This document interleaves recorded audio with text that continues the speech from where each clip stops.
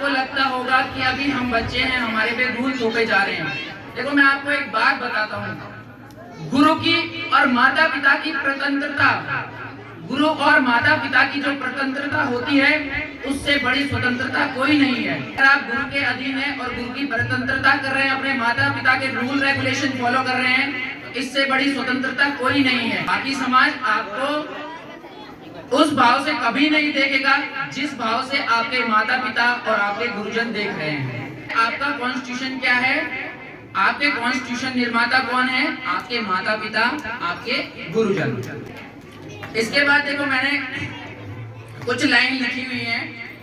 देखो क्या होता है, कई बार हमारे स्वाभिमान पे बात लगती है। स्वाभिमान समझते हो आप? तो अगर कई बार क्या होता है कि आदमी को पता नहीं चलता कि कहाँ पे बाउंड्री ड्रॉस करी हुई है, उसके बाद वो लिमिट क्रॉस करे जा रहे हैं। तो वैसे ही बहुत सारे लोग हुए हैं, महाराणा प्रताप को आप जानते होंगे, उनका नाम मैंने इस कविता में इंक्लूड करा है। आपको पता होगा जो राजस्थान है, तो राजस्थान में राजाओं को राणा बोला जाता है। तो राजस्थान में राजाओं को राणा बोला जाता है। ऐसे ही जो महाराणा प्रताप थे, उनका नाम प्रताप था और राणा उनके साथ ऐड कर दिया जाता था। ठीक है, तो वो महाराणा प्रताप ऐसे करके बोला जाता था, फिर वो राणा राणा चलने लग गया।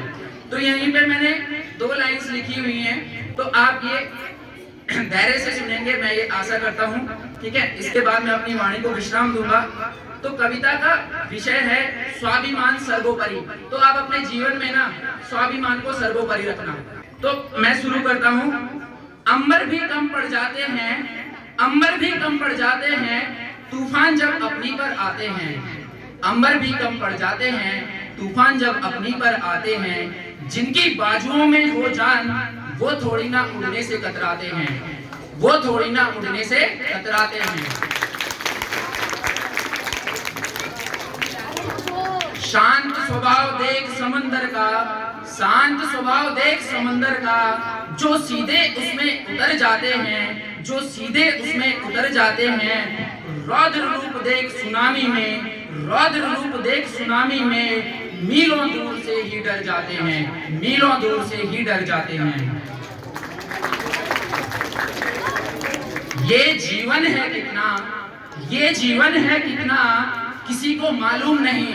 हमें नहीं पता कि हम घर पहुंचेंगे नहीं पहुंचेंगे, किसी को नहीं पता कि हम इस क्षण में हैं, नेक्स्ट पल में हमारे साथ जो नेक्स्ट दूसरा क्षण आने वाला है उसमें किसी को नहीं पता। लेकिन फिर भी हम अनावश्यक चीजों के पीछे इतने परेशान रहते हैं, भौतिकता के पीछे इतने परेशान रहते हैं, पता नहीं क्यों।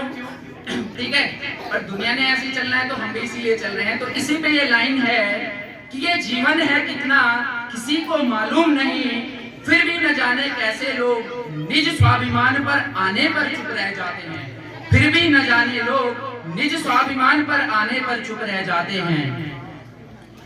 याद रख अर्जुन, याद रख अर्जुन, युद्ध अंतिम नहीं। याद रख अर्जुन, युद्ध अंतिम नहीं। कभी राजाओं के बीच में लड़ाई होती थी तो पहले उससे पहले डेलीगेशन भेजना पड़ता है कि भाई हम लड़ाई कर रहे हैं, प्यार से बात मान रहे हैं नहीं मान रहे। भगवान राम जब लंका जा रहे थे तो उन्होंने डेलीगेशन भेजा, अंगद को भेजा, हनुमान को भेजा। जब रावण नहीं माना, अंत में युद्ध करा। तो अंत में तो युद्ध तो ऑप्शन है ही कि लास्ट में करेंगे, लेकिन उससे पहले हम अपनी बात रख सकते हैं ना। तो वही यहीं पे यहाँ पे बात की गई है कि याद रख अर्जुन, युद्ध अंतिम नहीं, किंतु जब शांति से बात ना बने, फिर तुझे भी युद्ध मार्ग अपनाना होगा, फिर तुझे भी युद्ध मार्ग अपनाना होगा। बात जब जब बात स्वाभिमान पर आएगी, जब जब बात स्वाभिमान पर आएगी, राणा रण में होगा। यहाँ पे जो राणा का प्रयोग किया गया है वो महाराणा प्रताप के संदर्भ में किया गया है। तो जब जब बात स्वाभिमान पर आएगी, राणा रण में होगा। त्यागना पड़े भले ही राजमहल, त्यागना पड़े भले ही राजमहल, राणा जंगल में भी राणा होगा, राणा जंगल में भी राणा होगा। धन्यवाद।